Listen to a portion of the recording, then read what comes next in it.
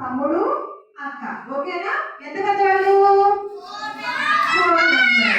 అయితే brother sister ఉన్నారు కదా. బ్రదర్ చిన్న, సిస్టరు పెద్ద.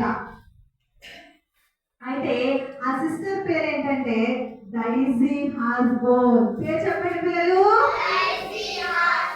పేరేంటి? అంటే పిల్లలు ఏమైందో తెలుసా, ఒక రోజంట డైజీ హాస్బోన్ స్కూల్కి వెళ్ళి వచ్చేసరికి వాళ్ళ అమ్మ వాళ్ళ నాన్న వాళ్ళ తమ్ముడు ఉన్నాడు కదా, వాళ్ళ తమ్ముడు చాలా చిన్ని బాబు అంట. ఆ బాబుని ఒళ్ళో పొడికేసుకుని ఏడుస్తూ ఉన్నారంట. ఆ బాబు ఒళ్ళో పొడికేసుకుని ఏం చేస్తున్నారు? ఏడుస్తూ ఉన్నారంట. ఏడుస్తూ ఉంటే పిల్లలు అంటే ఈ అమ్మాయి తలుపు దగ్గర నుంచి వింటూ ఉందంట. వాళ్ళ అమ్మలు ఏడుపులు వింటూ ఉంది, వాళ్ళు చెప్పుకునే మాటలు వింటూ ఉంది. వాళ్ళు చెప్పుకుంటున్నారంట, మరి బాబుని మనం ఎక్కడ చూపుతాము, చాలా డబ్బులు అవుతాయి, బాబుతాము బ్రెయిన్లో కొంచెము ఎఫెక్ట్ ఉందన్నారు, బ్రెయిన్లో కొంచెం తేడా ఉందన్నారు. మరి మనం హాస్పిటల్లో చూపించాలంటే చాలా డబ్బులు అవుతాయి కదా, మెడిసిన్ వల్ల తగ్గదన్నారు, ఖచ్చితంగా ఆపరేషన్ చేయాలన్నారు. ఆపరేషన్ కావు కొన్ని లక్షలు ఖర్చు అవుతాయి అన్నారు. ఇలా అసలు ఏంటి మన పరిస్థితి ఏంటి? మనం ఏసయ్య నమ్ముకున్నాం కదా, ఏసయ్య ఏదన్నా ఒక గొప్ప మిరాకల్ చేయాలి అని చెప్పి వాళ్ళిద్దరూ మాట్లాడుకుంటున్నారంట. మిరాకల్ అంటే తెలుసా?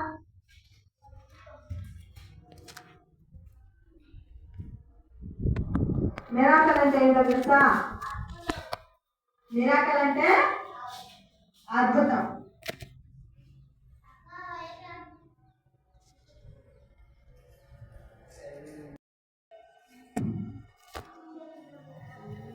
మిరాకల్ అంటే ఏంటి పిల్లలు? మిరాకల్ అంటే ఏంటో చెప్పాలి. అద్భుతం. అయితే ఆ పాప చాలా చిన్న పిల్ల కదా, ఆ పాపకి మిరాకల్ అంటే ఏంటో తెలీదు. ఆ పాపకి మిరాకల్ అంటే ఏదైనా వస్తువేమో, ఏదైనా టాబ్లెట్ ఏమో, ఏదైనా షాప్లో దొరుకుతుందేమో అని చెప్పి ఆ పాప ఏం చేసింది, మిరాకల్ చేస్తే మా తమ్ముడికి బాగా అవుతుంది అని చెప్పి అమ్మ డాడీ చెప్పుకుంటున్నారు కదా, ఖచ్చితంగా నేను ఆ మిరాకల్ ఏంటో తీసుకొచ్చేస్తానని చెప్పి గబగబా లోపలికి వెళ్ళి తను ఎప్పుడుండో వాళ్ళ మమ్మీ ఇచ్చిన రూపాయి, వాళ్ళ డాడీ ఇచ్చిన రూపాయి అన్ని కూడా దాచుకుంటూ ఉంది కదా. అయితే దాన్ని ఓపెన్ చేసి ఆ డిప్పి ఓపెన్ చేసి దాంట్లో ఎన్ని తీసుకెళ్ళి మిరాకల్ కొనుక్కోదామని ఆ యొక్క డిప్పి దగ్గరికి వెళ్ళి అందరూ కూడా ముందులో డబ్బులు దాచుకుంటారా? ఎంతమంది దాచుకున్నారు? ఉన్నాయా మీ ఇంద్రియాలలో ముంతలు? అలాగే వీళ్ళ ఇంట్లో కూడా ఒక చిన్న ముందు ఉంది. ఆ పాప రూపాయి, 2 రూపాయలు, 10 రూపాయలు వాళ్ళ అమ్మాలు ఇచ్చినవన్నీ కూడా దాంట్లో దాచుకుంటుంది. అది పట్టుకుని పరిగెత్తుకుంటా మెడికల్ షాప్కి వెళ్ళింది. ఎక్కడికి వెళ్ళింది పిల్లలు? మెడికల్ షాప్కి వెళ్ళింది. అక్కడ మెడికల్ షాప్ లో ఆ యొక్క మందులు ఇచ్చేటువంటి తాతయ్య వీరుడు తాతయ్యతో మాట్లాడతా ఈ పాపను పట్టించుకోకపోతే తాతయ్య మెడికల్ తాతయ్య కాస్త నాకు మందులు కావాలి తాతయ్య అని చాలాసేపు అడిగితే ఎప్పుడు కూడా పాప దగ్గరికి వచ్చి, ఏంటి పాప ఏం కావాలి నీకు? మా బ్రదర్ రాక వచ్చాడు, మా అన్నగారు చాలా వచ్చాడు, అందుకే నేను మాట్లాడుతూ ఉంటే నువ్వేంటి డిస్టర్బ్ చేస్తావు, నీకేం కావాలి అని చెప్పి ఆ పాపని ఆ యొక్క మెడికల్ షాప్ తాతయ్య ఇసురుకుంటే పాప అంట, తాతయ్య మీ బ్రదర్తో నువ్వు మాట్లాడుతున్నావు, కానీ మా బ్రదరు చనిపోయే స్థితిలో ఉన్నాడు, మా బ్రదర్కి ఏమాత్రం బాగోలేదు, మా బ్రదర్కి నువ్వు త్వరగా బ్యాగులు ఇస్తావా, నేను తీసుకెళ్ళి మా బ్రదర్కి ఇవ్వాలని చెప్పి అమాయకంగా అడుగుతుందంట పాప. ఏమని అడుగుతుంది? మిరాకల్ ఇస్తావా, తీసుకెళ్ళి నేను మా తమ్ముడికి వేసి బ్రతికిస్తాను తాతయ్య అని చెప్పి అడుగుతుంది. మిరాకల్ మా దగ్గర ఎక్కడ జరుగుతుంది? మేము అట్లాంటి ఏమో అమ్మమ్మ మిరాకల్స్ అంటే ఏమి మా షాప్లో మేము అమ్మమ్మ అని చెప్తున్నారట. ఇదంతా గమనిస్తున్నప్పుడు ఆ పక్కనే ఉన్న ఆ బ్రదర్ ఉన్నాడు కదా, ఎవరి బ్రదరు? మెడికల్ షాప్ తాతయ్య వాళ్ళ బ్రదర్ ఉన్నాడు కదా, ఆ తాతయ్య ఇదంతా వింటున్నాడంట.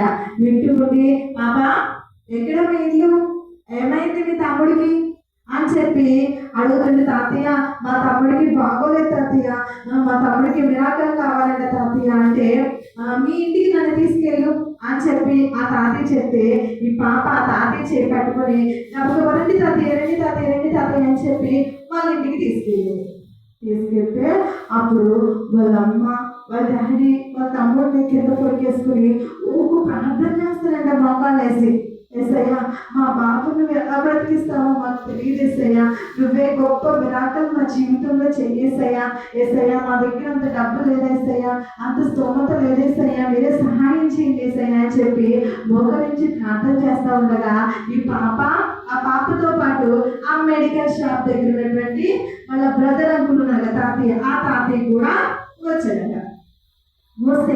వచ్చి ఏమైందమ్మా మీ పాప నన్ను తీసుకొచ్చింది, నేనే వచ్చాను, ఏమైంది మీ బాబుకి అని అడిగితే, సార్ మా బాబుకి బ్రెయిన్లో ప్రాబ్లం ఉంది, అది ట్యాబ్లెట్స్ వల్ల క్యూర్ కాదంట, దానికి ఖచ్చితంగా ఆపరేషన్ చేయాలంట అని చెప్పి ఈ యొక్క తల్లిదండ్రులు ఆయనకి చెప్పారంట. చెప్పేసరికి ఆయన ఏం చేశాడంటే పెద్దగా నవ్వాడంట. ఏం చేశాడు? పెద్దగా నవ్వాడంట. ఏంటి పిల్లలు ప్రాబ్లం చెప్తే ఎవరైనా నవ్వుతారా? చెప్పండి, ప్రాబ్లం చెప్తే ఎవరైనా నవ్వుతారా? అంకుల్ పెద్దగా నవ్వేసరికి వీళ్ళకి ఏం అర్థం కాదా, ఏంటి మీరు అలా నవ్వుతున్నారు, మా బాబుకి బాగాలేదని చెప్తే మీకు పెద్దయినా మీకు నవ్వొస్తుందా అని చెప్పి వాళ్ళ అమ్మ వాళ్ళని అడిగితే, మీరు చూస్తున్నారే నేను ఎవరిని అనుకున్నావు, నేను పెద్ద డాక్టర్ని, నేనెవరిని? పెద్ద డాక్టర్ని. ఇంకో విషయం చెప్పనా, నేను బ్రెయిన్ డాక్టర్ని. నేనెవరిని? బ్రెయిన్ డాక్టర్ని. నేను ఎన్నో కేసులు ఆపరేషన్ చేసి బ్రతికించినటువంటి వ్యక్తిని కనుక నేను మీ బాబుని నేను ట్రీట్మెంట్ చేస్తాను, మీరు డబ్బులు ఎవరిన అవసరం లేదు, నేను నా హాస్పిటల్కి తీసుకెళ్ళి ట్రీట్మెంట్ చేసి మీ బాబుకి మరలా నేను బ్రతకడానికి ఏం చేస్తాను, ట్రీట్మెంట్ ఇస్తానని చెప్పాడట. చెప్పగానే వీళ్ళ సంతోషానికి అవసరం, వెంటనే వాళ్ళు మరలా మోకాలేసి, ఏసయ్యా నిజంగా నువ్వు మా జీవితంలో చాలా గొప్ప మిరాకిల్ చేశావు ఏసయ్యా, చాలా గొప్ప అద్భుతం చేసావయ్యా అని చెప్పి వాళ్ళు ఏసయ్యను స్తుతించారట. ఈ డాక్టర్ అంకుల్ ఏం చేశాడు, ఆ బాబుకి వైద్యం చేసి ఆ బాబు బ్రతకడానికి తన వంతు తను సహాయం చేశాడు. బాగుందా పిల్లలు? బాగుందా? అలాగే మన ఏసయ్య కూడా ఏమైందంటే, అలాగే ఒకరోజు యాగీరు అనేటువంటి ఒక వ్యక్తి కూడా తన కుమార్తె చనిపోతుంది అని చెప్పి తెలిసి తన కుమార్తెను బ్రతికించమని యేసయ్య దగ్గరికి వెళ్ళాడట. ఎక్కడికి వెళ్ళాడు? యేసయ్య దగ్గరికి వెళ్ళాడట. అరే ఎలా ఉందనుకున్నా తన కుమార్తె చాలా జబ్బు చేసిందిరా, చాలా జబ్బు చేసి మంచి పడి ఉంది, ఇంకొద్ది క్షణంగా చనిపోతుందేమో అన్నంత సిచ్యువేషన్లో ఉంది.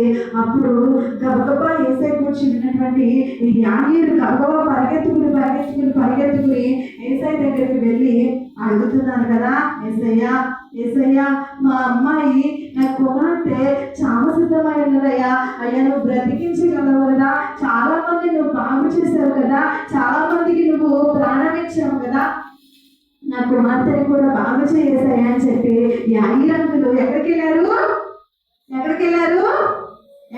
పిల్లలు చెప్పండి. ఆ అంకుల్ పేరేంటి? యాగీరు. అంటే వెళ్తే యేసయ్య కూడా సరే వస్తున్నానని చెప్పి ఆ అంకుల్ వెనక మళ్ళా వస్తూ ఉన్నారంట.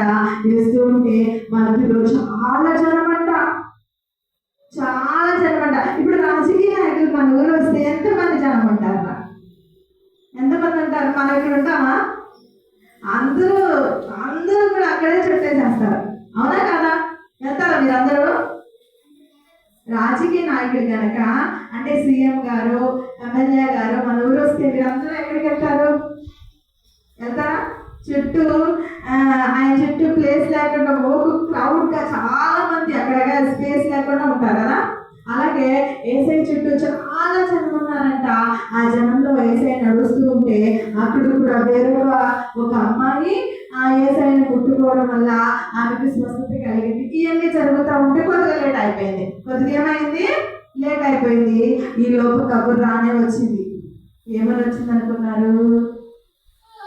యాగీరు ఇంటి దగ్గరికి ఒక ఆయన వచ్చి, యాగీరు గారు యాయిరు గారు మీరు యేసయ్యని రమ్మని బ్రతిమలాడమాకండి, యేసయ్యని బలవంతం చేయమాకండి.